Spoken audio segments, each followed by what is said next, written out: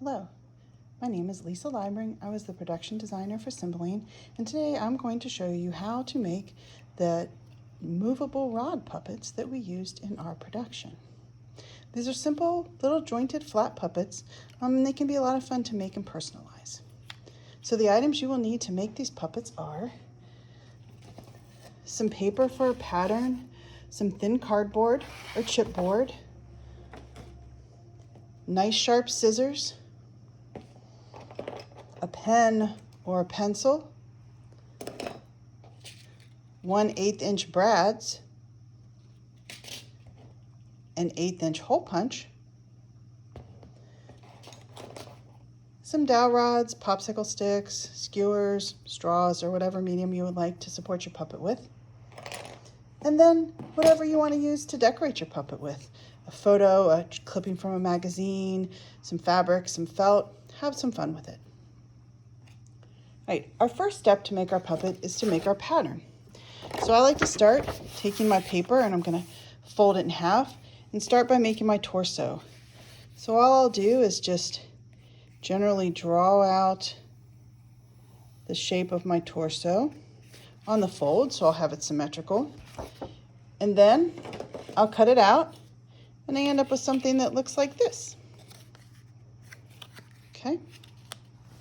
Then I do the same with my other parts. For this puppet, we didn't have any movement in the head or torso, we just had movement on the arms and legs. So those were the pieces I needed to do for the patterns. So I had an upper leg and a lower leg, and an upper arm and a lower arm. And if you'll notice, I only had to make the patterns for one side and mark them with a check to remind myself to flip them over, to then make the corresponding side. I always like to flip the pattern so I have a left and a right that I draw out, because you do tend to cut on a slight slant, and this way they will be all equal, right? The last step before we're cutting out our puppets is, you'll notice the holes here. These are our joints.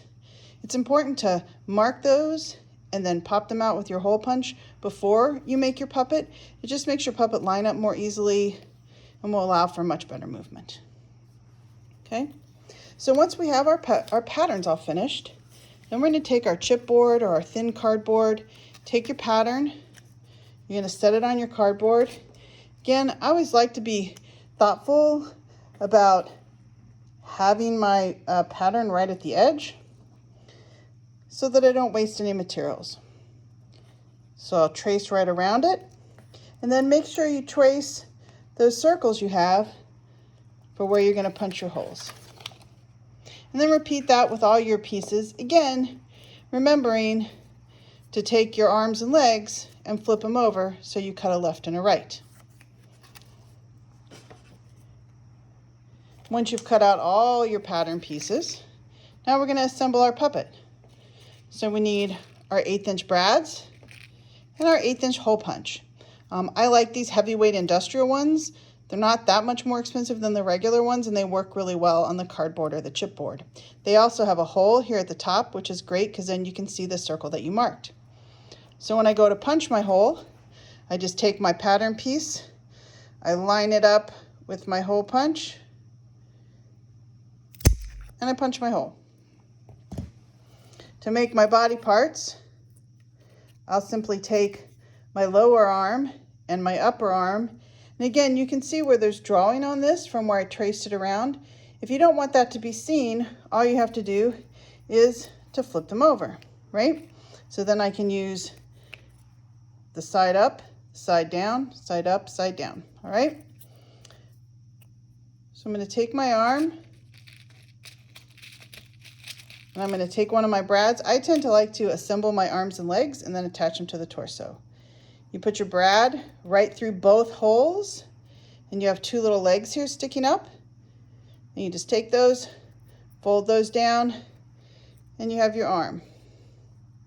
If you're worried about it coming loose, if you plan to use them a lot like we did, you could always put a little piece of tape over that, but you don't want to put any glue because that can glue your joint stiff. Okay, and then you'll repeat that through all the arms and legs, and then attach them to your torso. To do that again, I take the brad, I like to have my arms and legs on top of the torso for the movement. I think they move better that way, but you can experiment too with the exact shape of your puppet to decide which is best on top. Again, put your brad, spread it out on the back. Really make sure with those brads that you open them up nice and wide, really kind of mash them down so that they won't come out, right? And that's one of our arms. And then you'll just repeat that process for all the other limbs. Our next step that we do with our puppet is, you see, we have rods on the puppet.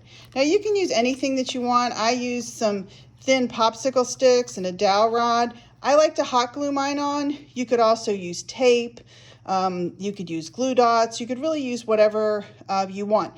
You also can just move the puppets with your hands. If you're working with your children and you don't want sticks, you're worried about them poking themselves or poking someone, you could just use your hand directly on the puppet. But the key with these is really the placement. So the rod for the body, we want to put all the way up the length of the body. That supports the torso really well and will allow for greater movement.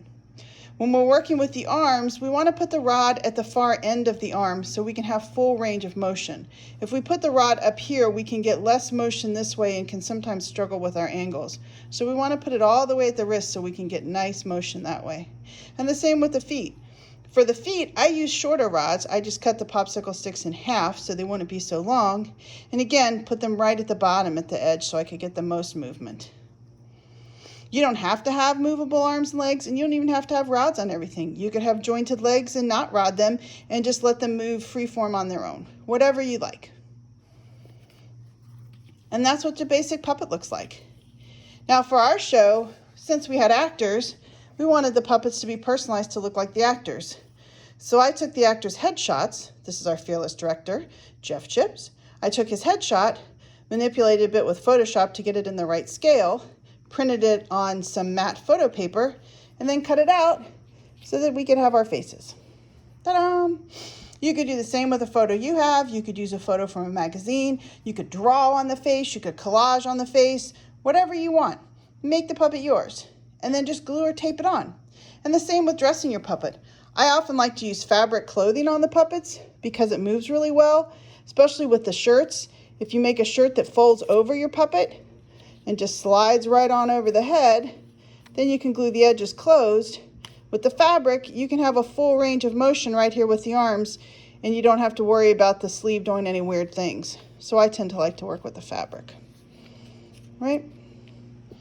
So dress it, personalize it, give it some sword, and have some fun.